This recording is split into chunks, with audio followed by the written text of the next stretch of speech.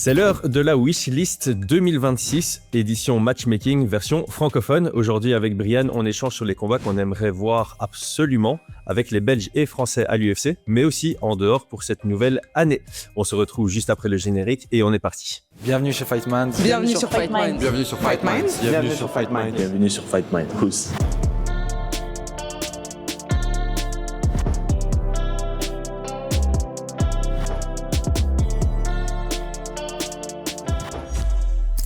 Cet épisode est sponsorisé par Onae, parce qu'après un gros entraînement, chaque athlète mérite une bonne douche. Onae est la marque de référence pour les gars solides, savon fait à la main à Marseille, bourré d'ingrédients actifs. Toute l'équipe Fight Minds a testé, toute l'équipe Fight Minds a approuvé, toute l'équipe Fight Minds vous le recommande. Cette année, ils sortent leur gamme de parfums inspirés par leurs savons les plus commandés. À l'image de leur savon, c'est sans ingrédients douteux et très plaisant pour vos sens olfactifs et ceux de vos proches. Foncez sur notre lien en description et profitez de 10% de réduction avec notre code FIGHT10.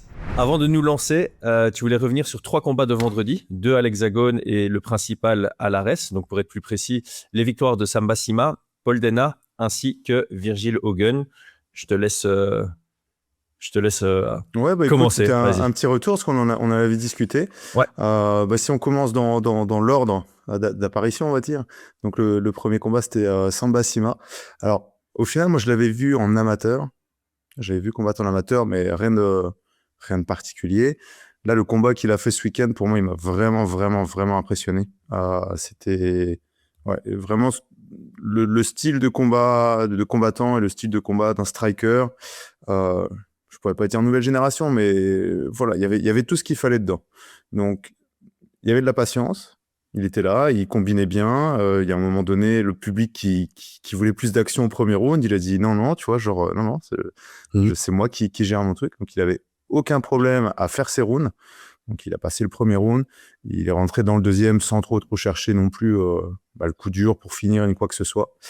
Dans ces combinaisons, tu as un mix entre du simple, mais c'est pas le bon terme, tu vois, du basique, tu vois, utilisation du jab, utilisation des kicks, gaucher, puis il passe de temps en temps droitier, et avec de temps en temps des trucs un petit peu plus construits, enfin une grosse variété dans les frappes. Sur les fins de round, donc premier round, il laisse un petit peu l'adversaire se fatiguer, fin de round, un peu plus d'accélération, où il met vraiment en danger, et puis il obtient son KO TKO fin du deuxième round, pareil, tu vois, donc assez patient, il touche, etc., il construit, il épuise presque, parce que on va dire que le premier round, ça, je vais pas dire que ça semblait équilibré, mais clairement, l'adversaire en face avait des choses à faire, et puis au fur et à mesure, pour ceux qui ont dû regarder le combat comme moi, deuxième round, enfin, ouais, je pense que c'était ça, mais plus ça avançait et plus on voyait un adversaire qui reculait, qui était vraiment sur le reculoir, qui avait plus rien à proposer, qui était, je vais pas dire en mode panique, mais voilà. Et ça, c'était pour moi le genre de stratégie qu'on peut retrouver chez un striker. Ouais, franchement, magnifique. Expérimenté et de très haut niveau. Ouais, enfin, encore une fois, le terme expérimenté, tu peux être débutant et mettre ce genre de stratégie, et puis un mec expérimenté qui a 15 ans de pratique et qui passe à côté de ça, tu vois. Ouais, ça montre une maturité de combat. Tu veux dire ça plus... Ouais, une super bonne stratégie pour l'avenir, clairement. Ouais. Une compréhension de comment boxer, de comment faire, je vais pas dire durer le combat, mais que fatiguer l'adversaire, conserver ses armes, accélérer quand il faut accélérer, réduire le rythme quand il faut réduire le rythme, changer les cibles, tout quoi. Tout, changement de rythme, tout. Donc, je sais plus si c'était son premier combat pro ou son deuxième, mais il avait mis un petit KO en faisant... Ouais, là c'était le troisième, mais dans un de ses précédents combats, il avait mis un KO assez classique en garde ouverte, le low kick, le middle kick, le high kick et le high kick qui passe. Donc ouais, on sentait déjà un peu cette compréhension de comment trouver des ouvertures. Et pour un flyweight, c'est très intéressant, on en avait parlé dans la preview. Là, c'est un flyweight à 3-0 avec 3 victoires par KO. Ouais, puis c'est très vif. On pourrait peut-être lui reprocher un petit peu en défense, où il prend quand même des coups. On a eu des inquiétudes, enfin, entre guillemets, hein, mais voilà, hein, c'est... pour mettre des KO, il faut aussi avoir un combattant en face qui va un peu de l'avant, qui pense qu'il y a un peu des ouvertures possibles pour créer ce genre de choses. Donc, on en avait déjà parlé chez Alex Pereira. Bon, c'est un énorme nom, mais c'est vrai qu'Alex Pereira, c'est aussi quelqu'un qui prend des coups et à la limite, c'est une de ses manières de pouvoir absorber son adversaire ou faire croire à son adversaire qu'il y a des ouvertures. pour qu'il y en ait plus chez ce dernier, justement. Enfin, voilà, très très bien. J'ai beaucoup aimé ce combat-là, clairement. Ensuite, si on monte un petit peu dans l'expérience, parce que je pense pas que c'était le dernier combat de la soirée, je sais plus. Après, Paul Dana qui a combattu. Paul Dana, c'est le main event. Ouais. Mais avant le main event, il y avait un combat pour le titre. Ah, tu veux dire en combinant Hexagone et Ares? Ouais, voilà. Il me semble... Oui, non, je suis sûr. On va mettre quand même sur... Ares, si on avait dû faire une carte, ça aurait été dans ce sens-là. Tu vois. Ouais, voilà. Donc, Paul Dana qui affrontait un Brésilien, j'ai oublié son nom, mais voilà, un combattant courageux, qui venait pour se battre, clairement, pour se battre, qui a fait des grosses erreurs. C'est un très beau finish. Comment je pourrais dire ça? C'était bien.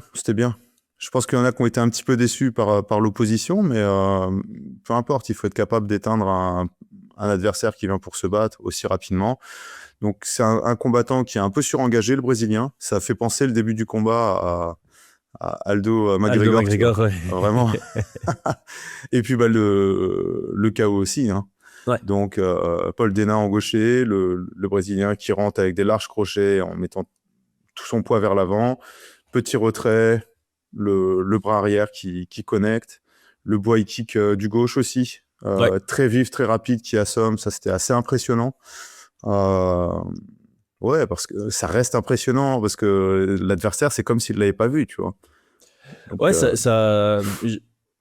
il est passé une fois, super bien. Il a failli passer une deuxième fois plus tard dans le premier round. Et ça part, il le passe souvent. Hein. Ouais, il l'a passé contre l'anglais, je me rappelle. Ouais, c'est ça, il avait une victoire expéditive sur high kick. Hein. Ouais, très expéditive. Donc voilà, ce genre de choses, on peut pas tout mettre sur l'adversaire ceci, l'adversaire cela, tu vois. L'anglais était très bon, il s'est fait éteindre avec style kick. Le brésilien, il a rien vu arriver, donc très très bon. J'aime bien, c'est vraiment un combattant, s'il est en main event, il y a une raison, c'est parce qu'il est assez spectaculaire, il est très généreux. Sa défense de lutte a été pour moi très très bonne, très réactive. Donc non, je trouve, on en a parlé, moi je trouve que c'est un bon combattant qui a vraiment du potentiel et qui vont monter progressivement. Je pense qu'on aura des belles choses. Je pense pas que ça va être le niveau, tu vois, si on devait comparer entre Samba Sima et Paul Dana, clairement, je trouve que Samba Sima, il directement peut aller dans de la grosse l'opposition, monter très rapidement. Il a un gros avenir, même internationalement. Paul Dana, je pense que il peut avoir de l'avenir, monter très très bien, mais il faudra un peu mieux sur le management, il faudrait être sur plus le management, attentif. Ça va être comme à l'époque McGregor, comme Pereira. Il faudra bien manager pour éviter un petit peu les pièges, tu vois. Les pièges, exactement. Ouais. Mais par contre, pour revenir sur ce qu'on avait dit avant, et ça a été de nouveau confirmé, c'est quelqu'un qui bosse pour avoir un bon niveau. Et encore une fois, il a le niveau de son palmarès. Là, il est 3-0 en pro. Il combat comme un gars qui a 3-0 en pro. Même plus, hein. Et même plus, c'est ce que j'allais dire. Un bon 3-0 en pro. Ouais. Oui, après, voilà, sur les chiffres, on s'en fiche un petit peu, mais c'est clair que les deux, ça se voit quand même que c'est des gars qui ont fait des combats amateurs, qui ont fait une belle transition. Là, on va dire que même Samba Sima, je trouve que sa gestion des 5 minutes était très bonne. Les deux Paul Dana aussi, je trouve que sa manière, il était patient, il était réfléchi. Ouais, parce qu'il nous a fait des combats où il était il cramait tout, tu vois. Ouais, mais encore une fois, il y a une vraie importance à prendre son temps en amateur, surtout quand on commence jeune. Il n'y a pas de raison de passer trop vite professionnel. Ouais. On sent quand même qu'il y a ces minutes de combat qui ont été accumulées et qui leur permettent d'avoir cette lucidité dans la cage. Et c'est peut-être le bon mot, on a eu 2 gars très lucides dans ce qu'ils proposaient dans leur combat ce week-end. Donc voilà, une bonne surprise. Je sais qu'il peut y avoir des critiques sur l'hexagone, sur la manière de monter les combattants, mais franchement, je trouve que c'est vraiment bien ce qu'ils font. D'un côté, ils font monter du monde, et puis il y a eu le tournoi aussi qui était vraiment cool. Ouais. Moi, j'ai bien aimé les oppositions. J'ai regardé les combats au début sans réellement savoir qui allait gagner, tu vois. Ben c'est ça. En fait, clairement, on en parlait et dans les commentaires, il y en a qui l'ont dit. L'Hexagone a été fort critiqué sur le matchmaking, surtout pour protéger certains combattants. Et là, clairement, quand tu as les tournois, il n'y a plus moyen d'esquiver quoi que ce soit. Les Wilson Varela, les Mathieu Leto Duclos, ils vont affronter des très gros challenges cette année. Ceux qui sont dans les tournois, dont les deux champions, c'est des bonnes oppositions. On en avait parlé avant. Pour nous, c'était équitable sur papier les demi-finales, les quarts de finale qu'on a vu ce week-end. Et Paul Dena, par exemple, je crois que j'ai vu genre 2026, c'est sa route vers le titre. À un moment, quand tu as une route vers le titre, tu vas devoir prendre des vrais challengers. Donc, je pense qu'ils ont potentiellement écouté les critiques et ils vont travailler là-dessus sur des combats peut-être un peu plus équilibrés pour tout le monde, en fait. Enfin, il faut quand même rappeler pour Paul Dena que son dernier combat amateur, c'était contre Landouzi. Ouais. Et tout le monde le voyait perdre, ce combat-là. Hein. Donc, c'était sacrément risqué. Hein. Moi, personnellement, je trouvais que c'était un combat que j'aurais plus vu en pro, parce que quitte à prendre des risques, autant que ça compte. Mais c'était un combat qui était risqué. Hein. Tout le monde voyait Landouzi l'emporter. Et donc, il y a des prises de risques. Hein. Mais voilà, je pense qu'il faut voir vraiment un investissement, une générosité aussi de la part de l'Hexagone de faire monter des combattants qui, on l'espère, iront s'exprimer après à l'international, tu vois. Ouais. Donc c'est bien. Moi, je trouve ça très, très bien. Ok, parfait pour le récap de l'Hexagone. On passe maintenant à Virgil Hogan contre Shigmoto, la revanche. Ouais, il a fait mieux. Il a fait mieux. Il a fait mieux. Alors, c'était un combat. Voilà. Bon, je pense que les gens sont un peu ennuyés sur le premier round. Moi aussi, d'ailleurs. Mais il faut se rappeler que c'était un synchrone. Donc voilà, avec le recul, moi, j'ai trouvé ça bien. J'avais un peu peur que Virgil va y aller un petit peu trop intensément, comme il avait fait sur le premier truc, et qu'il se fatigue. Je pose la question aussi du côté Shigemoto, ils espéraient pas ça un petit peu. En tout cas, ils espéraient voir ça sur la longueur. Mais en tout cas, sur le premier round, c'est Virgil qui faisait le combat, hein, quasiment. Il y a eu un peu plus d'accélération de la part de Shigemoto à la fin. 4 tentatives, je crois, de mise au sol de la part de Virgil, aucune qui passe. Donc là, pareil, soit Shigemoto a bien travaillé sa défense. On en avait parlé. Moi, je trouvais qu'il avait une mauvaise défense de lutte. Donc voilà. Donc on peut voir soit Shigemoto a bossé sur sa défense, soit Virgil n'a pas bossé sur sa lutte, et c'est plus inquiétant. Donc, après, il y a donc full transparence. J'ai pas vu le combat parce que j'ai pas trouvé comment le regarder en tant que Belge. Je me suis pas trop cassé la tête à aller trouver une solution, pour être honnête. Mais de ce que j'ai lu, Virgil a beaucoup bossé sur son pied-point. Et c'est quelque chose qu'on dit souvent.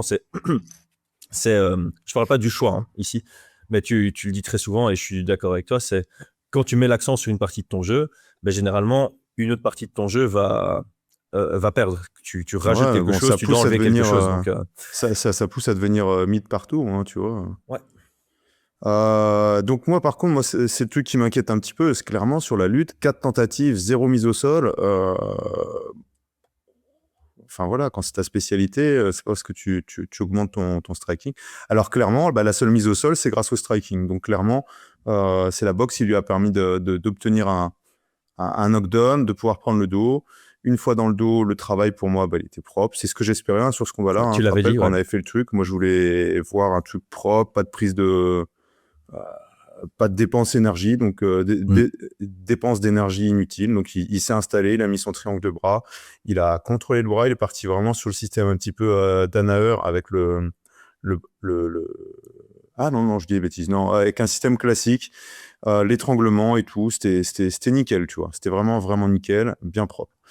Sur la boxe, oui, il y a eu des progrès, clairement, mais voilà, tu peux pas te transformer en si peu de temps, tu vois. Ah oui, bien sûr. Mais il y a des inquiétudes. Alors moi, personnellement, je me posais la question pour l'avenir en voyant ce combat-là. Je me suis dit, est-ce que t'es pas biaisé ou quoi que ce soit, tu vois. Je suis parti regarder un peu sur les réseaux. Non, je pense que tout le monde s'accorde à dire que c'est pas le combat qui rassure, tu vois. Ok. Mais bon, c'est déjà arrivé d'avoir des combattants français sur leur dernier combat. On ne trouvait pas très rassurant. Même eux se trouvaient pas très rassurés pour pouvoir combattre à l'UFC. Ils ont signé ensuite à l'UFC et ça s'est bien passé, tu vois. Donc Donc on verra. En tout cas, c'est pas le combat qui, enfin, clairement, quand tu viens de passer, regarder Samba Sima à Paul Dena, même si l'opposition était moindre, et encore parce qu'on a eu des adversaires pour moi qui étaient beaucoup plus engagés et généreux, c'est pas les mêmes catégories. Bah là, clairement, le combat était un peu plus difficile à regarder. Ok. Bon, voilà. Mais l'événement, franchement, je me demande si, vous le direz en commentaire, mais je me demande si l'Hexagone n'a pas beaucoup plus été visionné. Alors peut-être parce que c'était plus accessible, mais ce que je veux dire par là, même sur les liens pirates comme ça, tu vois. Non, mais c'est... Non, mais ce que je veux dire par là, c'est que sur les liens pirates, il y avait blindé de monde qui regardait l'Hexagone, beaucoup moins à la reste, tu vois. Si j'ai pas de bêtises, moi j'ai plus les cartes. On a fait une preview, mais moi j'avais dit que jusqu'à l'année passée, Arès était clairement loin devant l'Hexagone et que là c'est leur 37e édition à tous les deux, le même jour. Donc il y a vraiment un gros élément de comparaison. Et sur papier, de prime abord, j'avais dit que l'Hexagone était mieux que l'Arès. Puis quand j'avais fait plus de recherches sur ce que proposait l'Arès, c'était assez équilibré. Mais je crois qu'en intérêt français, tu vois, en intérêt purement français, il y en avait plus du côté de l'Hexagone que du côté de l'Arès, qui était un peu plus international. Et par conséquent, c'est clair que sur Twitter, mon feed était un tout petit peu plus actif sur ce qui se passait à l'Hexagone que sur ce qui se passait à l'Arès. Maintenant, il y a aussi cette question, on va pas en débattre super longtemps, mais RMC qui fait un travail derrière l'Hexagone forcément et qui est pas fait derrière l'Arès, ça peut aussi contribuer à ça. Mais l'un dans l'autre, si je devais choisir, si j'étais disponible vendredi soir, je crois que j'aurais mis une priorité sur... et que j'avais accès aux deux. J'aurais peut-être mis une priorité quand même sur l'Hexagone. Tiens. Après, sportivement parlant, je trouve que l'Arès, ils ont des combattants qui sont vraiment bons. Hein.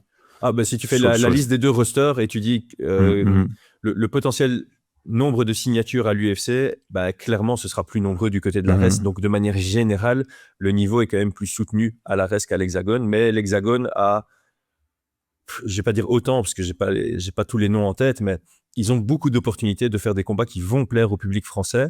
L'Arès est sur un positionnement un peu plus international, de par le fait qu'à l'époque, ils étaient sur l'UFC Fight Pass. Et donc là, il y a peut-être, je sais pas, c'est à eux à décider de la stratégie qu'ils veulent adopter. Est-ce qu'ils veulent être une promotion internationale qui a lieu en France, ou est-ce qu'ils veulent être une promotion française qui propose des solides combats? C'est deux états d'esprit qui vont changer un tout petit peu. Je crois qu'ils sont en train de cibler le public français. Hein. Moi, je suis tombé déjà rien que sur les prélims, c'était des commentateurs français. C'était vraiment assez lourd à écouter d'ailleurs. Mais j'ai l'impression, avant, il y avait des commentateurs anglais sur l'Arès, non? Oui, tout à fait. Il y avait Véronica Hardy et je sais plus, mais celui qui s'occupe de faire les traductions encore aujourd'hui à l'Arès. Ça, c'était bien. Moi, je préfère. C'est mon avis, mais je préfère souvent les Anglais parce que je comprends pas tout ce qu'ils disent de toute façon. Non, je rigole. Mais tu peux pas te dire, tiens, il a dit une connerie là. Non, mais ils sont passés à l'étape, tu vois, genre on prend le public pour des gens lambda, tu vois, tout expliquer et tout, c'est fatigant, tu vois. Ouais, c'est bon, la France, c'est légalisé depuis pas mal d'années, il faut arrêter de prendre les gens par la main tout le temps, tu vois. Ouais, maintenant, il faut considérer que quand tu commentes des combats de MMA, tu t'adresses à un public éduqué au MMA. C'est pas averti, éduqué, et ceux qui le sont pas encore, ils rattrapent le retard, tu vois. C'est ça. Ça crée encore plus d'engagement, d'engouement, tu comprends pas le terme, tu vas chercher, tu poses des questions, tu vois, puisque là, franchement, c'est je pense que pour ceux qui suivent le MMA depuis assez longtemps, je prends mon exemple, quand tu regardais l'UFC, c'était les commentaires de Joe Rogan et tout ça, c'était quand même assez vulgarisé, mais c'était assez avancé en même temps. Tu vois, tu avais un juste milieu. On n'était pas en train de te prendre par la main pour que tu comprennes absolument tout. Et toi, au début, tu galères un tout petit peu à la compréhension, mais tu t'améliores très, très vite dans ta connaissance. Chose qui n'est pas le cas quand tu dois t'exprimer à monsieur, madame, tout le monde au travers de commentaires. Donc, si tu veux fidéliser plus rapidement une audience, je crois que tu as tout intérêt à t'adresser à une audience déjà fidèle et les autres suivront plus rapidement. Ah ouais, clairement. Mais t'imagines, si au foot, le mec, à chaque fois, la balle est sortie, à chaque fois que la balle est sortie, ça on fait une passe, t'es là, t'en pourrais plus. Tu vois. Alors, pour rappel, un hors-jeu, c'est quand? Ah non, mais sans rien. Ouais, c'est clair. Il faut arrêter ça. Ok. Bon, super. On va passer sur la... Ouais. Alors, ici, l'exercice, c'était de donner un combat qu'on aimerait absolument voir par combattant français et belge à l'UFC. Et après, on partira sur ceux qu'on aimerait voir à l'UFC avec un combat à l'UFC en 2026. Et puis, on partira sur les combats qui nous intéressent en dehors de l'UFC. Commençons par les poids lourds et puis on descend. Ok, bah moi ça va être l'inverse, mais c'est bon. Tu dois lire à l'envers du coup. Ouais, c'est pas grave. C'est pas grave, ça va, il faut juste aller en bas de page. Forcément, poids lourd français à l'UFC, il y en a qu'un, Cyril Gane. Quel est le combat que tu veux voir pour lui cette année? Alors bon, moi j'ai forcément pas répondu à la consigne. Moi j'ai mis 2 noms. Mais j'ai mis. Alors si je dois en choisir un, oui, Aspinal, clairement. Ouais. J'aimerais bien voir cette revanche, clairement. Je pense qu'il n'y a pas d'argument à avoir. Ouais. Le rematch. Ouais, c'est vrai que revanche, en général, tu entends qu'il y a quelqu'un qui a perdu, quelqu'un qui a gagné. Mais bon, ça signifie plusieurs choses. Il y a Cyril Gane contre Aspinal 2, ça veut dire qu'il y a ce combat pour le titre, pour Cyril Gane. Et effectivement, je pense qu'on est tous un tout petit peu frustrés de ne pas avoir vu l'issue du combat avec un vrai résultat. Donc, c'est clairement le premier combat auquel il faut penser pour Cyril Gane quand on parle de matchmaking wishlist 2026. Quel est le deuxième nom que tu avais noté? Forcément, hein, le nom dont on parle, c'est Pereira. Ouais. Donc voilà. Alors celui-là, clairement, c'est celui qui m'intéresserait le moins. Ça sous-entendrait que Aspinal puisse pas reprendre, tu vois. Ouais. Donc voilà quoi, je peux pas trop espérer ça non plus. Mais voilà, ce serait le deuxième. Bah voilà, pareil, j'aime beaucoup le combat, mais j'ai clairement une priorité sur le numéro 2 avec Tom Aspinal. On passe chez les light heavyweight. On a Oumar Sy qui est déjà signé à l'UFC. Quelle est l'opposition que tu aimerais voir pour lui cette année? Alors moi j'en ai noté 2, donc je vais faire plouf-plouf, tu vois. Bon, j'avoue, moi il y a un combattant pour lequel j'ai mis 2 noms aussi, mais ça reviendra plus vers le lightweight. Écoute, moi j'avais noté Ming Yang Zhang et Yon Kutelaba. Ok, ouais, on avait déjà parlé de Zhang, je pense, comme opposition. Ouais. Et ouais, maintenant que tu dis Kutelaba, ça peut être sympa ça. Bah, Yon Kutelaba, ce qui est intéressant, c'est que le public francophone le connaît, quoi, tu vois. Ouais, il s'est entraîné au MMA Factory pendant une période. Peut-être, mais il a combattu sur UFC Paris 1, je pense. Je m'en souviens pas. UFC Paris 1 Ouais. En tout cas, je le connais pour être quelqu'un qui commence fort. Donc à ce niveau-là, j'aime beaucoup l'opposition pour Oumar Sy. Tu vois, pour la technique de l'Omsou aussi. Et pour la technique de l'Omsou, exactement. Chose qu'il fera, à mon avis, pas contre Oumar Sy. Alors, est-ce qu'il a combattu au mois de septembre? Non, j'ai pas l'impression que c'est là-bas, on l'a vu à Paris. Ah si, en 2024. C'était pas l'UFC Paris 1. C'était le 3. Il a combattu à l'UFC Paris 3. Voilà. Paris 3? Ouais. Donc il est connu aussi du public qui suit uniquement les événements locaux, sur le territoire français, on va dire. Ouais, donc clairement, moi, c'est peut-être je sais pas lequel m'intéresse le plus. Quand Mi Hong Zhang avait combattu, ça m'intéressait bien. Parce que voilà, ça permet de monter un petit peu de niveau. Mais Yon Kutelaba, je pense, pour l'aspect un petit peu plus régional, entre guillemets, voilà. Ouais. Un nom un peu plus connu. Moi, j'avais noté un nom moins connu, mais que personnellement, je suis d'assez près dans la division des light heavyweight et qui serait pas absolument déconnant en termes de ranking. C'est Navajo Stirling, qui est un assez pur striker. Et donc, j'aime bien cette opposition parce que ça forcerait Oumar Sy à vraiment venir avec une stratégie de je retourne à mes bases et je viens en mode pur lutteur-grappleur. Parce que toi comme moi, on avait un tout petit peu émis cette...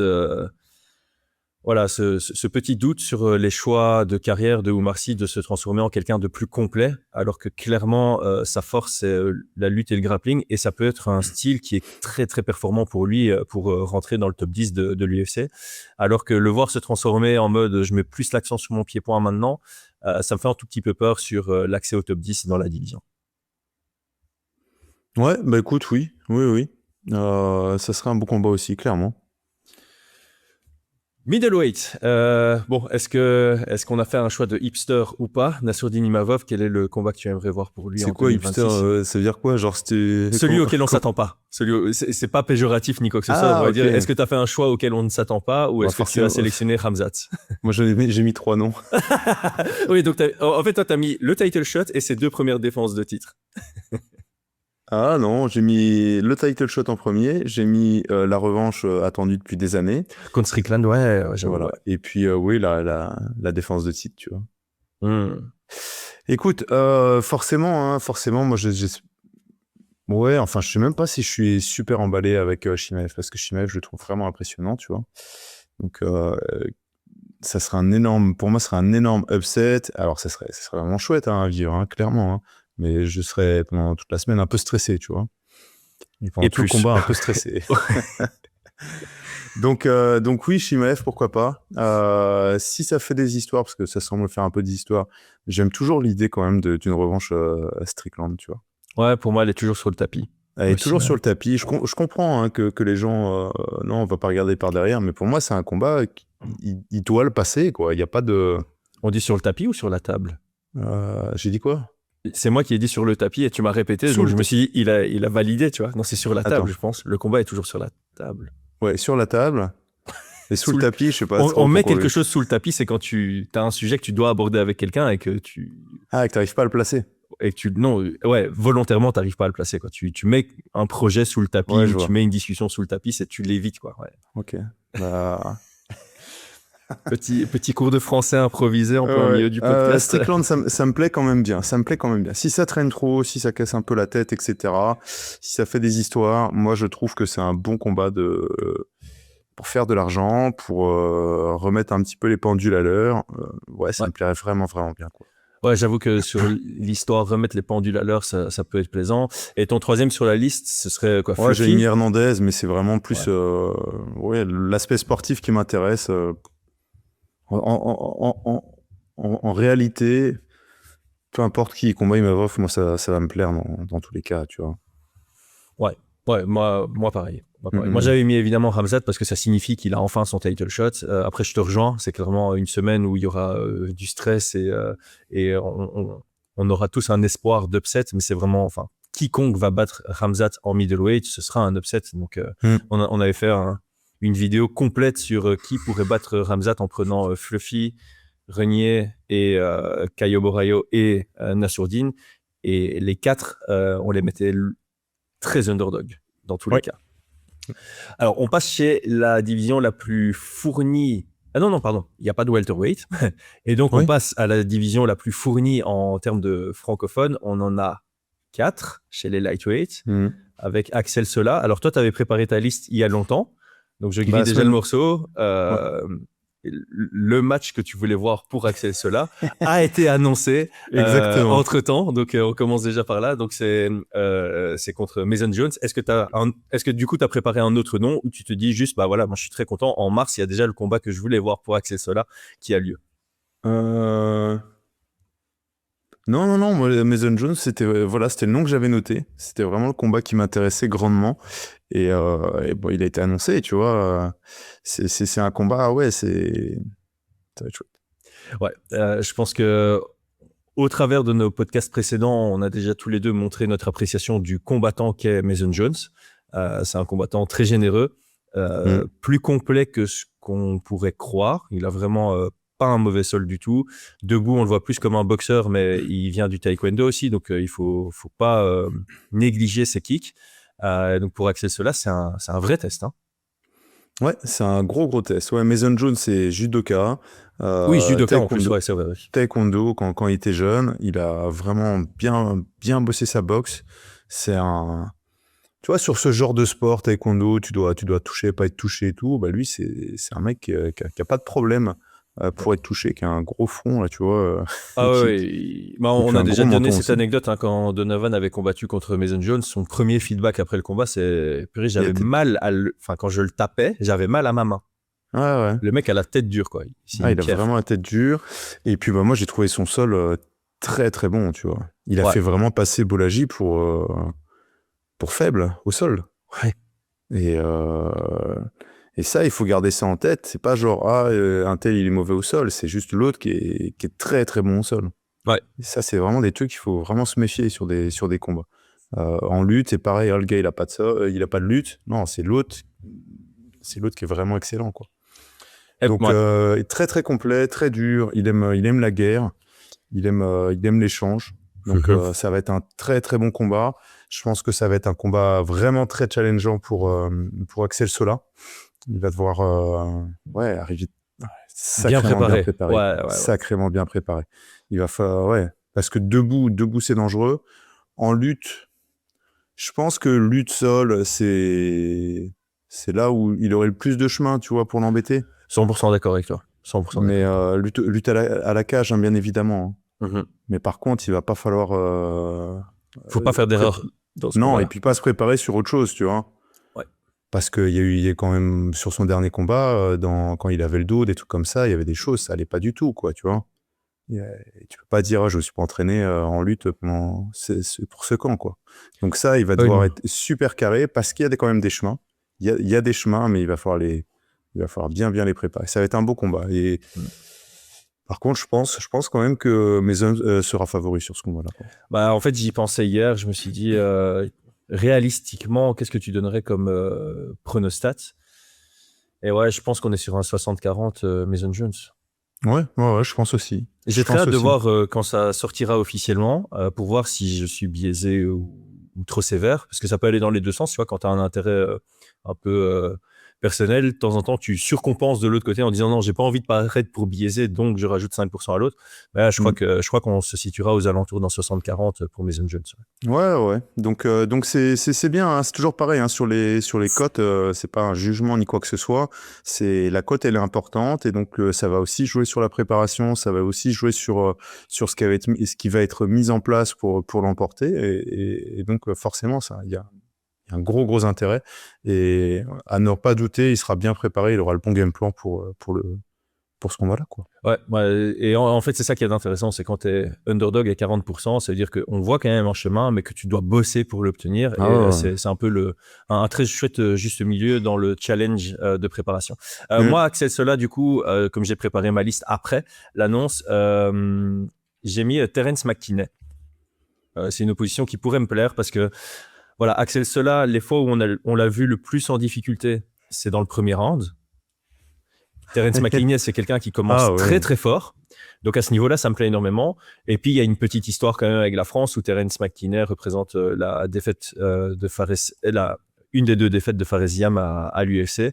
Donc il y a quand même ce petit ce petit point d'intérêt entre la France et Terence McKinney. Il y a une revanche à aller chercher. Donc Axel Sola contre Terence McKinney, c'est un combat qui me plairait bien à voir en 2026. En 2026. Ah bah écoute, ouais, ça c'est vraiment le combat. Ouais. Je te rejoins. Ce serait un très très bon combat. Alors, on passe à Faresiam. Ici, c'est le seul pour lequel j'en ai noté 2. Moi aussi. C'est pas le seul que j'en ai été 2. Oui, mais t'en as aussi 2. Pour une fois, je vais peut-être commencer. Le premier va peut-être un peu surprendre les gens. Donc, j'ai donné un explicatif. Un combat que j'aimerais bien voir avec Faresiam, c'est Mateusz Gamrot. Alors, ça peut surprendre parce que sur papier, c'est pas le combat qui fait genre waouh, incroyable et tout.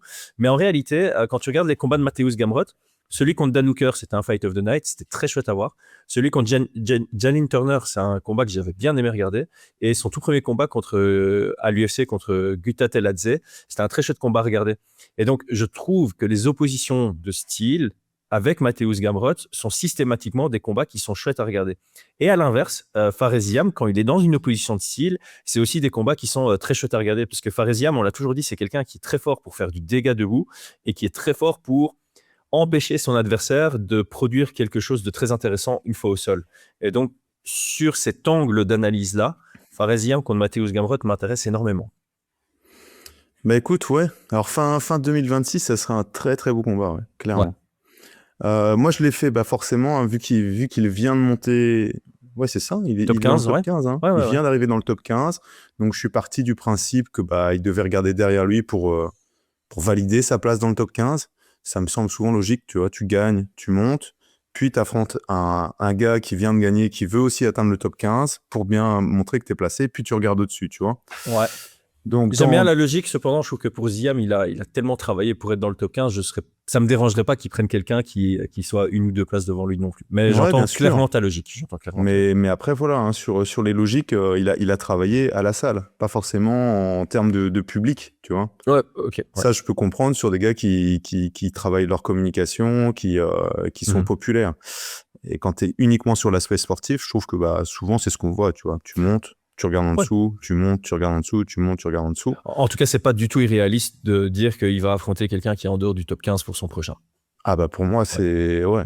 J'aurais du mal à le voir aussi haut directement. Donc c'est pour ça que je pense plutôt 2026, ça serait très très bon. Écoute, moi, le combat que j'aimerais voir, c'est contre Chris Duncan. Ouais, on en avait déjà parlé. Il en a été question, qu'il aurait mérité sa place dans le top 15. Donc, Ouais. donc je pense Mettez-moi que ça à Londres. t'imagines. Mettez-nous ça à Londres. Mettez-nous ça à Londres. Ça serait la folie. Pour moi, c'est vraiment le combat à faire. Chris Duncan, c'est un bon combattant, mais quand il gagne, j'ai l'impression il est oh putain, qu'est-ce qui s'est passé? Genre le gars, il passe à la machine à laver et puis il réussit comme ça, il fait wow. Ouais, c'est vrai que c'est un peu sa marque, Ah sa là marque là. de fabrique. C'est pas à tous les combats que ça se passe comme ça, mais ça lui arrive quand même souvent de revenir de la mort et de retourner la C'est pas tous situation, les quoi. combats. Non, c'est Attends. pas tous les combats. Contre Vucenic, il a vraiment dominé. Je crois qu'avant Ouais. ça, il avait aussi une victoire contre. Ouais, mais par contre, effectivement, contre Bolaji, c'était le cas. Contre McKinney, c'était le cas. Dans son combat au Dana White Contender Series pour signer à l'UFC, c'était le cas. Donc ouais, déjà de tête, j'arrive à en citer 3. Donc, Ouais. et il y en a probablement plus. Il y en a probablement plus. Je comprenais pas pourquoi il s'appelait. Tu vois, son surnom, c'est Deux Problèmes, tu vois. Je pense qu'il devrait s'appeler In Trouble plutôt. In trouble. C'est pas mal. Ouais. Lui, j'aimerais vraiment bien. J'avais noté aussi Killian Salkid. Ah ben C'est voilà, un moi combat c'est qui mon m'intéresse deuxième nom que bien. j'avais noté. C'est un combat qui me ferait énormément plaisir pour l'opposition de style et pour le côté fan. C'est Salkilds contre Ziam. Ça, je pense que c'est un banger assuré. Mm. Mais bon, je reste quand même sur Chris Duncan à Londres, ça serait la folie. Ouais. Et j'aimerais vraiment bien voir Fares méthodiquement le battre, quoi. Ah bah écoute, en parlant en plus de Londres, c'est vrai qu'on a accès à cela contre Mason Jones qui est déjà confirmé. On peut espérer un petit Fares Ziam sur la carte. On peut espérer, on en parlera tout à l'heure, un petit Lozane Keita sur la carte. Nous, on est en train de prévoir le Fight Minds Experiences. Donc, on n'a pas encore lancé la vente publique. Par contre, on a déjà lancé la vente à ceux qui sont venus par le passé. Donc, c'est officiel. Donc, ceux qui sont intéressés, posez déjà vos congés. Les offres vont très prochainement sortir. Cool. On passe au prochain lightweight francophone que j'ai mis dans ma liste. Là, j'ai un peu fait aléatoirement, mais c'est le Belge Bolaji Oki. Lui aussi, je pourrais très bien le voir à Londres. Et l'opposition que j'ai choisie, j'ai eu du mal à trouver, mais je me suis dit, tiens, contre Shamrock, ce serait sympa. Ah ouais. Et en plus, à Londres, ça ferait énormément, ce serait extrêmement logique. Et c'est un combat qui, sur papier, pourrait avoir quelques petites étincelles sympathiques. Bah ouais, écoute. J'espère pas avoir dit de bêtises, moi, et c'est bien la bonne KT où il est descendu. Jay Herbert, il est en Jay Herbert, il est encore en lightweight, ouais. Il avait combattu contre Ziam, hein, donc ouais, c'est ça. C'est un lightweight. Bah ouais. voilà, moi j'avais mis Jay Herbert. Est-ce qu'il est encore à l'UFC par contre? Bah, j'en sais rien. Mais ça, attends, j'ai l'impression que ça fait longtemps enfin, longtemps, c'est un grand mot, mais il a perdu contre Chris Padilla par splits. Il est maintenant à 3-5-1 à l'UFC. C'était en mars de l'année passée, son dernier combat à l'UFC. Est-ce qu'il y serait encore? Alors, je vais te dire ça tout de suite. List of current UFC fighters, c'est ça? Non, je suis sur UFC Roster Watch et il n'apparaît pas. Non. S'il n'apparaît pas, ça veut dire qu'il est encore là ou qu'il n'y est pas? Ça veut dire qu'il est encore là. Ok. Pour moi, il est encore à l'UFC. Alors ouais, je signe pour Bolaji contre Herbert. On n'a pas Écoute, encore eu ils de sont- Belge contre Herbert. On devait avoir Donovan contre Herbert, mais Herbert avait annulé en dernière minute. Donc ouais, j'aime bien l'opposition aussi.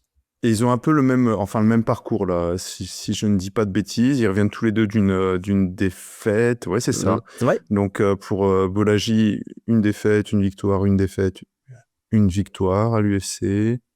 Et puis c'est un peu la même chose pour Jay Herbert, quoi. C'est tous les deux un peu en dents de scie, donc je trouve ça pas mal qu'ils s'affrontent. Ça pourrait être un beau combat. Et il nous reste Benoît Saint-Denis. Moi, le choix était... Il y a beaucoup de choix pour Benoît Saint-Denis en 2026, parce que là, il rentre vraiment dans le top. Il est donné ultra favori contre Dan Hooker, donc on peut s'attendre à le voir titiller le top 5, toquer à la porte du top 5. Quel est ton choix ou tes choix? En 2026, moi j'aimerais le voir contre Paddy Pimblett, clairement. Oh, ouais. C'est le combat qui me... Enfin voilà, on peut en discuter sur Paddy Pimblett, où est-ce qu'il est placé, etc. Il est si ça passe en ceinture officielle, il est champion dans quelques mois quasiment, tu vois. Bah non, dans 2 semaines. C'est dans 2 semaines, mon gars. Dans 2 semaines. Enfin oui, si ça passe en ceinture officielle, c'est peut-être plus tard, mais ouais. Bah, dans tous les cas, il aura s'il gagne contre Gaethje, il a une ceinture à aller décrocher. Donc, ouais. Et il est ultra favori, c'est quoi ce truc-là? T'as vu ça, les cotes? Ah, j'ai pas vu les cotes. Les cotes sont déjà sorties? Moi, je pensais que c'était l'inverse, tu vois. Je dis, ah, tiens, je pensais être malin en disant, tiens, je vais mettre une pièce sur Pimlet et je me retrouve à une cote, n'importe quoi, tu vois. Ah, damn. J'avais pas vu que les cotes étaient sorties. Moi, je m'attendais à quelque chose qui se rapproche du 50-50, pour être honnête. Ouais, moi aussi. Ah ouais, Justin Gaethje est à 2,80, Pimlet est à 1,39. Ouais. Ah, waouh. Mais clairement, il y a un monde où il passe Pimlet, quoi. Ah oui, il y a vraiment un monde où Pour il moi, passe c'était un Pimlet, mais là, 55 ans. pour l'instant, la valeur, elle est côté Gaethje quand même. Ouais. Pour moi, Là, je c'était suis tenté pour... Vivement qu'on puisse faire une analyse plus poussée. Ouais, elle arrive bientôt d'ailleurs. Elle arrive bientôt. Je voyais Gaethje favori, tu vois. Je me dis, tiens, je vais mettre ma pièce sur Pimlet. Il va trouver une ouverture, l'étrangler. Je me retrouve avec ces cotes-là. Je dis, bah, attends. Moi, je suis même pas sûr de me positionner maintenant, tu vois. Ah ouais, non, je comprends. Écoute, moi, pour BSD, je suis parti du principe qu'on va avoir une victoire de BSD contre Dan Hooker et une victoire de Max Holloway contre Charles Oliveira, avec une division pour la ceinture qui est bouchée parce que Ilia Topuria, on sait pas quand il revient. S'il revient, c'est peut-être contre Makhachev. On a Paddy Pimblett ou Justin Gaethje qui sera champion intérim mais qui vont peut-être vouloir s'asseoir sur l'unification des titres. Et donc, ouais, Max Holloway sera peut-être... Enfin, le vainqueur Oliveira-Holloway sera peut-être contraint de prendre encore un combat avant le title shot. Il y a aussi Arman Tsarukyan qui traîne dans les discussions. Donc, ouais, pour moi, il y a un monde où ce combat peut se faire. Autant BSD contre Charles Oliveira pourrait me plaire énormément. Autant BSD contre Holloway pour la ceinture BMF, ce serait mon numéro 1 si je devais choisir. Et je le trouve pas complètement irréaliste. Il est pas ultra probable, mais il y a un monde où ça se fait en 2026. On passe chez les featherweight. On a 3 noms à couvrir: Morgan Charrière, William Gomis et le Zene Keita, qui doit encore faire ses débuts. Commençons par Morgan. J'ai l'impression qu'on a peut-être le même nom là pour Morgan, parce qu'on a déjà parlé de ce combat. Ah bon? Peut-être. Vas-y, je le dis et puis tu me dis c'est ça. Moi, j'ai marqué André Fili. Ah non, c'est pas ça. Moi, j'avais noté Julian Erosa. Ah ouais, sympa. Ouais. Pourquoi pas? Mais André Fili aussi, parce qu'il y a un côté valeur de nom et il y a un côté très prenable aussi. André Fili? Ouais. Ah oui, bah écoute, là j'ai mis Moi j'en ai noté 2, j'avais mis aussi Darren Elkins, tu vois. C'est des combats. J'avoue. Ouais, bah c'est des combats, je veux pas dire des combats de relance, mais c'est des combats de... C'est des combats de combattants. Voilà, et Morgan est un combattant. Ouais, je pense que là c'est difficile de... Enfin voilà, rien n'est écrit à l'avance, mais c'est difficile de le voir se lancer sur une route... pour un titre ou des choses comme ça. Donc il va rester un petit peu, je pense, à l'entrée du top 20, top 30. Mais il y a des très, très bons combats à prendre. Il y a des très, très chouettes choses à faire, sportivement parlant. André Fili, c'est un gars qui combat à l'UFC depuis des années, qui gagne, qui perd, qui fait des beaux combats, qui est présent, qui est un combattant. Et c'est tout à son honneur. Et moi, c'est un combat qui me plairait beaucoup. Ouais. Ouais, écoute, je trouve que pour Morgan, il y a beaucoup d'options. En fait, Morgan a vraiment ce profil de combattant, de gars qui est généreux et qui va pas spécialement faire un chemin vers la ceinture. Et ce genre de combat plaît à la fois à l'UFC, mais aussi aux fans. Et il y a plusieurs combattants de cette catégorie, de ce profil chez les featherweight. Et c'est vrai que tu peux les matcher un peu comme tu veux et ça donnera des bons combats. Donc, je pense que autant Fili que Elkins que Erosa sont des combats. Si c'est annoncé, on sera là, cool. Ouais, j'ai envie de voir ça. Ensuite, moi, c'est très simple en fait. Les 2 autres noms, je les ai mis l'un contre l'autre. William Gomis contre le Zene Keita, c'est le combat que j'aimerais voir en 2026 pour l'un et pour l'autre. Et c'est pas déconnant de le penser puisque le Zene Keita a été signé pour d'abord prendre Patricio Pitbull. Donc, je pense que l'UFC veut très rapidement l'utiliser très haut dans le classement. Là où se trouve William Gomis, France contre Belgique, on sait déjà que ça plaît au public francophone. Donc ouais, moi, je sais que le Zene Keita est allé de temps en temps s'entraîner chez Nicolas Hoth, donc je sais pas quelle est leur relation, mais peu importe. Moi, c'est un combat qui me plairait énormément. En plus, les styles sont très différents. Le Zene Keita pourrait faire un peu partie de ces combattants comme Brito, qui va faire sortir un combat très agréable à regarder pour le public général, on va dire, du côté de William Gomis. Donc ouais, moi, c'est une opposition qui me plairait bien. Écoute, ouais, je comprends. Ça, c'est intéressant. Moi, je l'ai pas noté. Je sais pas si c'est un combat qui m'intéresse trop. Personnellement, moi j'ai mis William Gomis. J'aurais bien voulu le voir contre Josh Emmett. Bah Tu écoute, vois, j'y avais pensé aussi, ouais. c'est un style dont tu parles, hein, avec un gros cogneur extrêmement puissant et donc une sorte d'opposition de style en termes de striking, tu vois. Ouais. Et puis Josh Emmett, qui a oublié un peu sa lutte, mais qui l'a entre guillemets toujours. Et j'avais noté aussi, c'est lui qui a fait le call-out, mais Melquizael Costa, tu vois. Ah ouais, C'est pour lui. l'histoire français contre Melquizael Ouais. Costa, et puis c'est un beau combat aussi. Ça. Mais bon, mon premier choix reste sur Josh Emmett. Je trouve que ça pourrait être un chouette combat. Ça le permet de se projeter aussi sur je sais pas combien il est top 10 maintenant, Josh Emmett. Ouais, il est encore descendu ranké. Il est descendu suite à sa défaite contre Zalal. À mon avis, il doit être aux alentours de la 10e place. Mais voilà, ça veut dire que William Gomis combattrait contre un ancien challenger au titre intérim. Mais voilà, ouais. C'est qui est resté dans le top 8 quasi toute sa carrière. Hein. Ouais. Depuis des années, il est dans ce top. Donc, c'est une très belle opposition. Et effectivement, comme tu le dis, d'un point de vue style, c'est très intéressant. Tu as un cogneur qui frappe très, très fort, qui est beaucoup plus compact, beaucoup plus petit, qui doit chercher à mettre de la pression face à quelqu'un qui travaille bien de l'extérieur et qui doit faire zéro erreur. Et piquer, sortir. Donc, j'aime beaucoup ce choix. Je vais d'abord te poser la question, j'aurais dû la poser en off. Est-ce que tu as préparé pour les femmes? Oui. Ok, parfait. On passe à Nora Cornol, du coup, chez les bantamweight. Oui, moi je t'ai pas dit Lozene Keita. Ah, pardon, oui, autant pour moi. Lozene Keita, donc si on le garde bien haut, comme il semble que ce soit prévu, moi j'avais mis Youssef Zalal.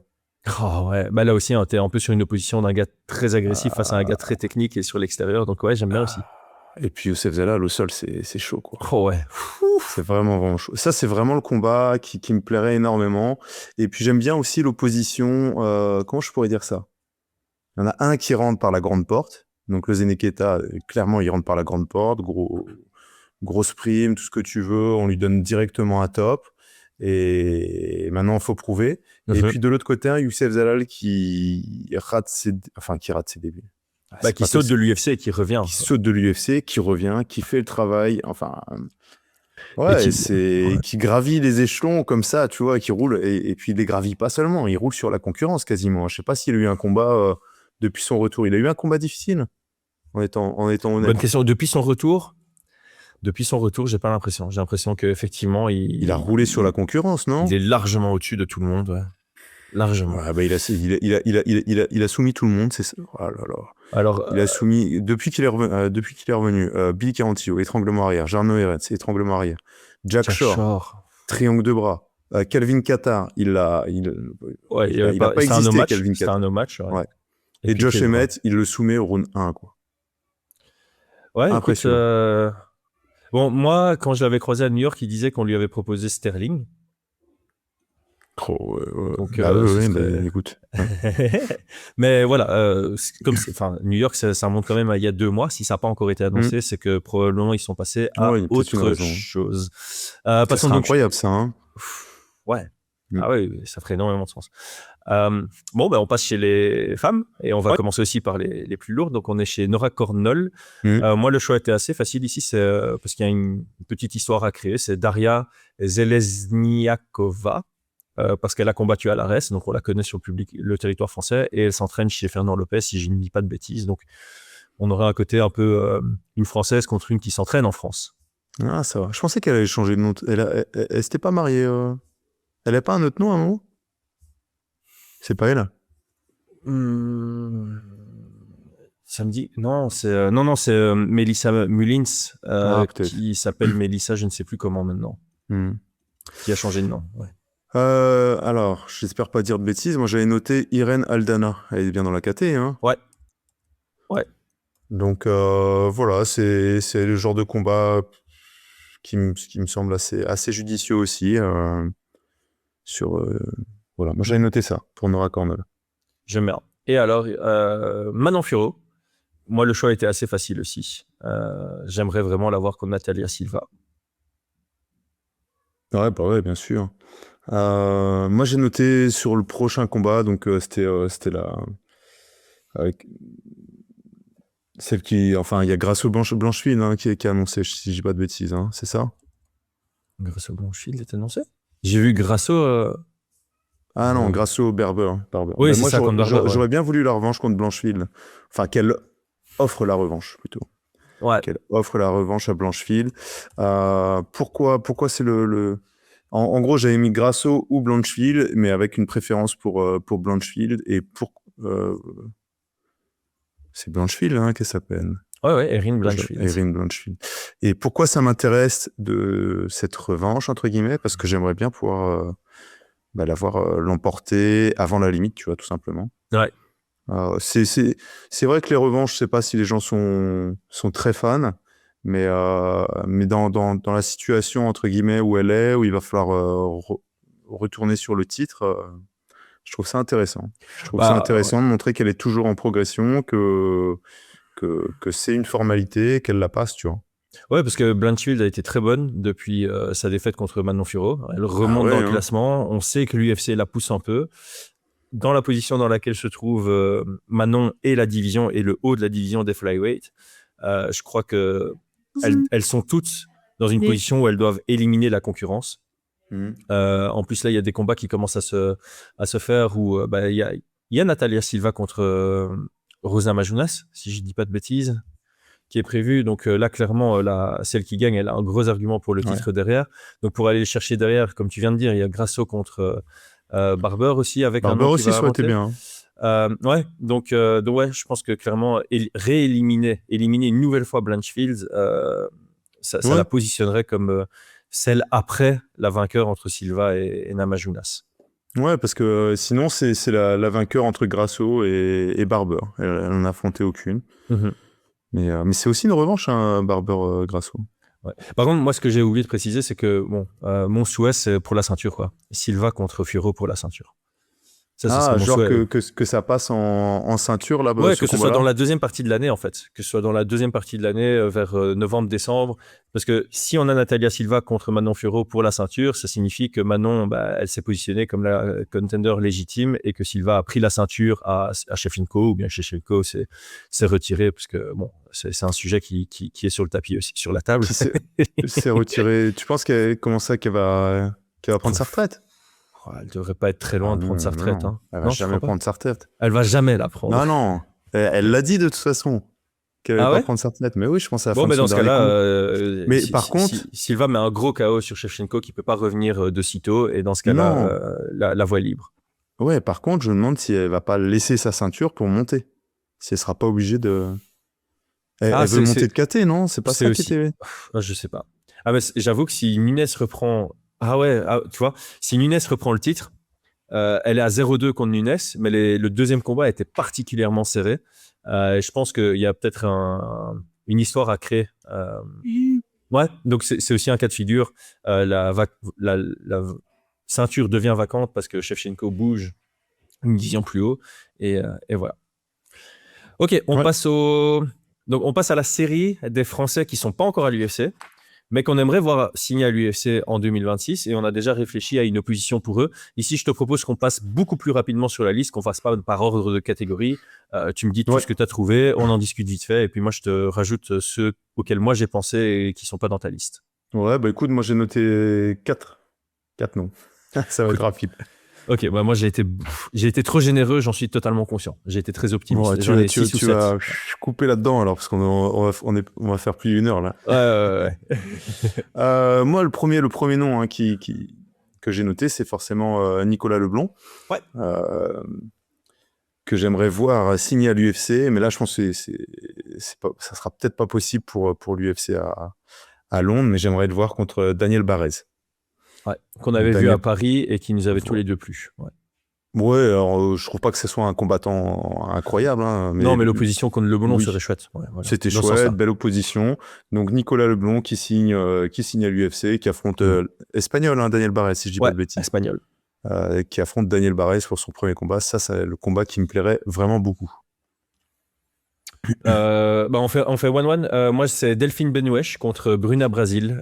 Ça me plaît pour plusieurs raisons, parce que je pense que Delphine est bien partie pour une signature, et Bruna Brasil, c'est la fighting nerd. Donc, on aurait de nouveau une opposition Nicolas Hott contre Smart Fight contre fighting nerd. Donc voilà, c'est un combat qui pourrait bien me plaire. Par contre, Elle est plus à l'UFC, tu vas me dire, Bruna Brasil? non, c'est ça? non, Delphine. Ouais. Je suis étonné que son record a pas changé.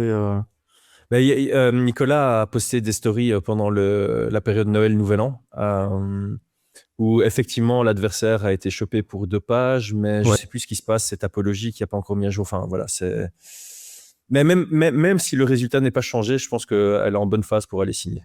Bah, elle a qu'une victoire hein, de suite. Hein. Elle a perdu son avant-dernier combat. Ouais, juste, mais voilà, je pense Ouais, malgré ouais, tout. moi je pense que une ou deux victoires, ça pourrait le faire. Une Clairement. année, c'est long. Hein. D'ici Ouais, 12 mois, elle pourrait clairement. avoir sa signature et faire ses débuts. Mm. Surtout si on parle de Paris, ce serait septembre de nouveau, potentiellement c'est vrai, fin c'est vrai. septembre. Donc voilà, je pense que c'est possible. Deuxième nom, alors c'est pareil, hein, je sais pas si ça pourrait se faire, mais j'ai noté Jordan Zebo. Ouais, moi aussi. Qui va défendre sa ceinture, mais j'aimerais bien le voir signer à l'UFC. Alors là, j'ai mis pas mal de noms. Mais dans les noms qui m'intéressaient, il y a Oban Elliott. C'est celui que j'ai noté. C'est vrai? Oh, on est aligné, c'est tout bon, ça. Excellent. Pas mal.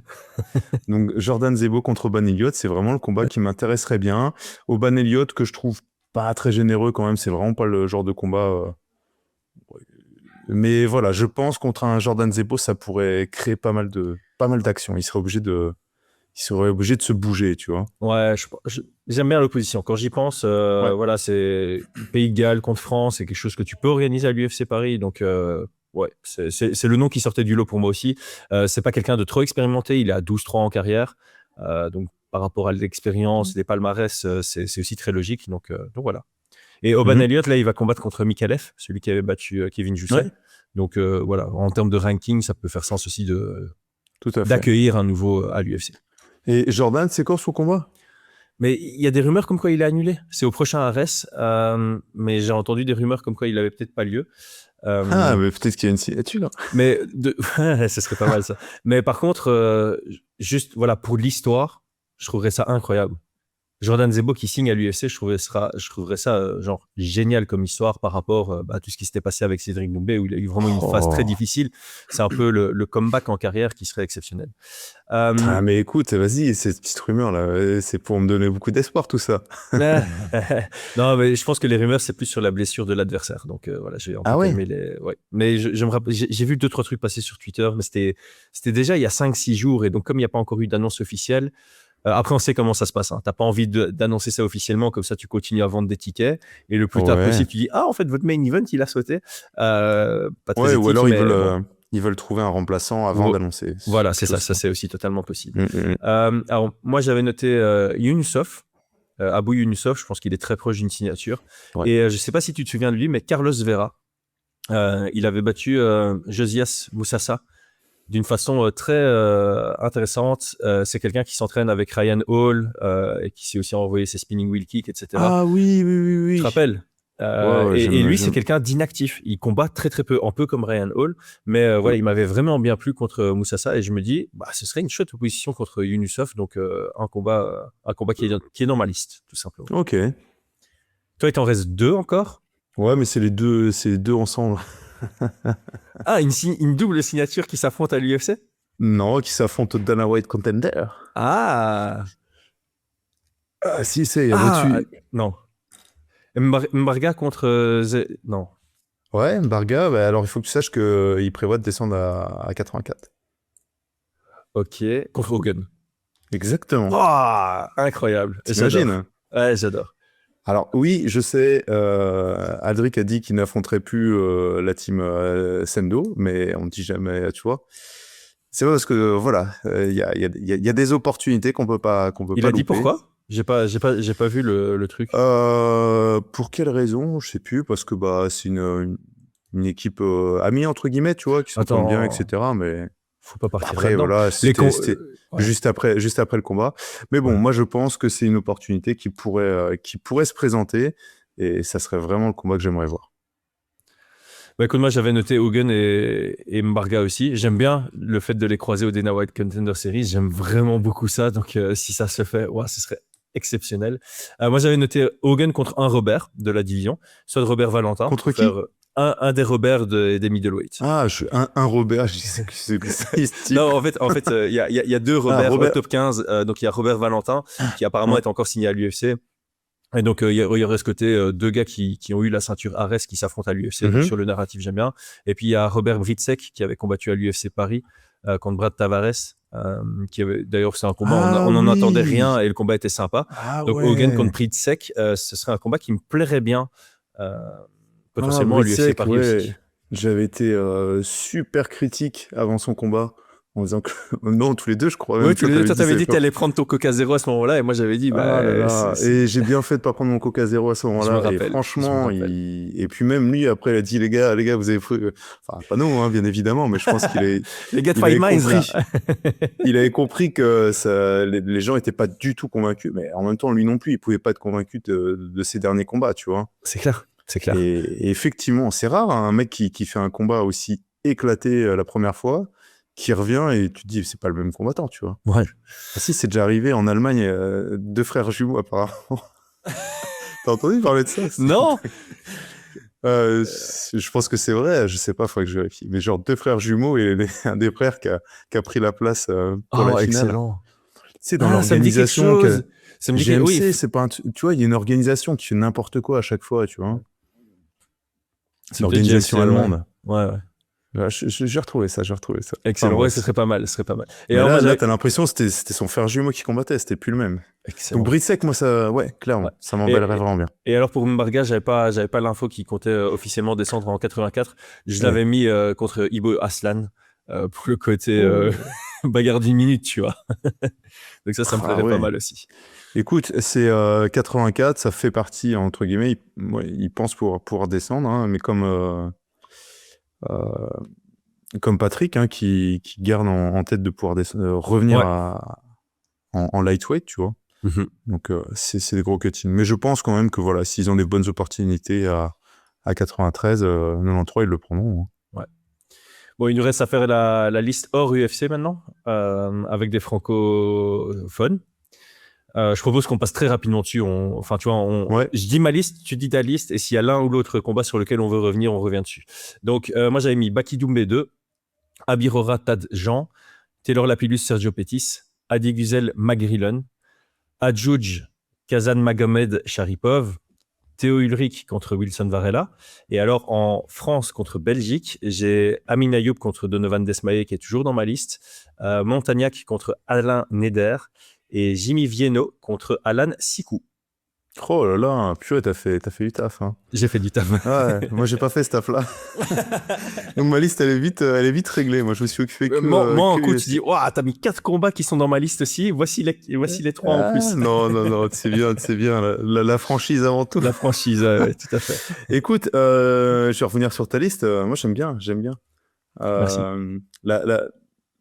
Donc, Adi Güzel contre Grillen. Franchement, peut-être que ça parle pas à certains. Donc, McGrillen, c'est le PFL, donc c'était dans le tournoi et tout. Champion Europe de l'année de 2024 contre champion Europe 2025.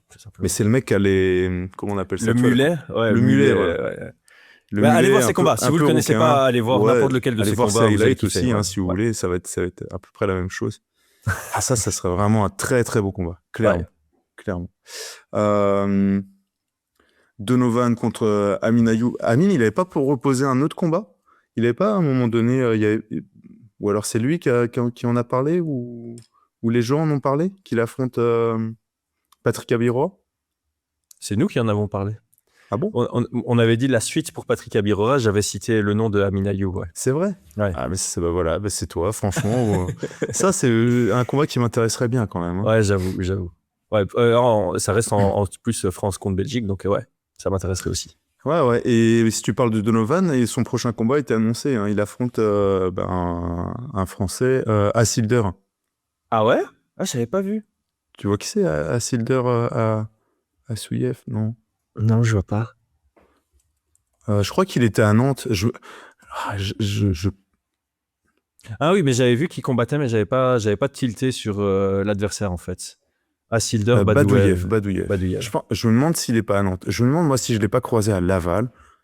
Il y a quelques années, je m'étais entraîné avec lui à Laval. Et puis je pense qu'il était à Nantes. Et donc il s'affronte en Espagne.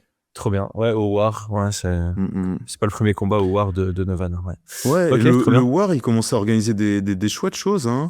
Ouais. C'est, Ça monte bien. qu'est-ce que j'allais dire enfin, financer. Topuria qui sponsorise Non, ou ça qui c'est le parraine. WoW. C'est le WoW, ça, non? Ou c'est le War? Je Ah, sais plus. c'est pas la même. Ah ouais, d'accord. Ouais, et tu sais quoi? Moi Tu aussi, confonds les deux. je confonds les deux depuis le début. Ouais. Et quand j'ai vu Je savais que pas qu'il y Cristiano avait les deux, je Ronaldo pensais. investissait aussi dedans, j'étais là, ouah, c'est un truc de fou. Ils investissent dedans alors que c'est Ah ouais, wow. Roré Clemente qui est derrière. Donc Donovan, il combat. Et j'étais là, c'est quand même fou. Mais en fait, non, War et WoW, c'est pas la même chose. C'est juste dans le même pays et ça commence par un W. Ouais, bah moi, je savais même pas qu'il y avait deux trucs. Je pensais que c'était la même chose. Voilà. Bon, bah top. Super liste. Merci. Et toi, t'en as aussi? Ah non, je t'ai dit, moi, j'en ai pas sur ces trucs-là. Ah, autant pour moi. Et tu sais quoi, c'est en plus. Bon, bah, il y a de nouveau eu un petit souci de communication. Quand tu avais dit que tu avais fait le travail, il me semblait que tu avais aussi fait cette partie-là, mais. Ah non, moi, tout j'ai bien, fait tout bien. que Ok. ce qui, que vis-à-vis de l'UFC. Ok, tout était vis-à-vis du Ouais, UFC. Mais voilà. j'ai fait que vis-à-vis de l'UFC et je me suis dit, attends, si je mets tous C'est les déjà noms. assez Hein. taf, ouais. C'est déjà assez taf. Ouais. Mais écoute, c'est très simple. On a un call to action maintenant. On va vous demander à vous, en commentaire, de nous balancer votre wishlist, que ce soit à l'UFC, en dehors du l'UFC, France contre Belgique, Belgique contre Belgique, France contre France, France contre international, Belgique contre international. Balancez toutes les idées que vous avez. Ça pourrait être chouette d'ailleurs en fin d'année de revenir sur les listes et voir ce qui a été fait et si ça a été bien. Ouais. Brian, un tout grand merci. Les amis, merci. Passez un bon dimanche ou n'importe quel jour si vous regardez ça plus tard. Ciao, ciao. Ciao tout le monde. Merci à toi d'avoir regardé la vidéo jusqu'au bout. Nous en profitons pour rappeler que nous sommes ambassadeurs des marques Nutrimuscle et Oko. Cela signifie que si tu achètes chez eux en passant par nos liens, tu aides la chaîne à se développer. Nutrimuscle a une mission claire, rendre la nutrition sportive accessible en respectant les plus hauts critères de qualité. Chaque ingrédient est sélectionné pour préserver leur pureté et chaque produit se limite au minimum d'ingrédients nécessaires. Rejoins Morgan Charrière, Benoît Saint-Denis et Fight Minds dans la team Nutrimuscle en profitant d'une réduction via notre code promo NMA_FM5. Le lien vers leur site est en description de cette vidéo. Oko produit des gourdes filtrantes éco-responsables. Le filtre Oko traite l'eau pour la purifier et la rendre saine à la consommation. Les polluants, pesticides, métaux lourds, mauvaises bactéries et autres contaminants sont efficacement filtrés. La gourde Oko a un côté ultra pratique et aussi économe. On arrive à 10 centimes le litre d'eau, voire moins, grâce à notre code promo FMOKO qui offre 10% de réduction.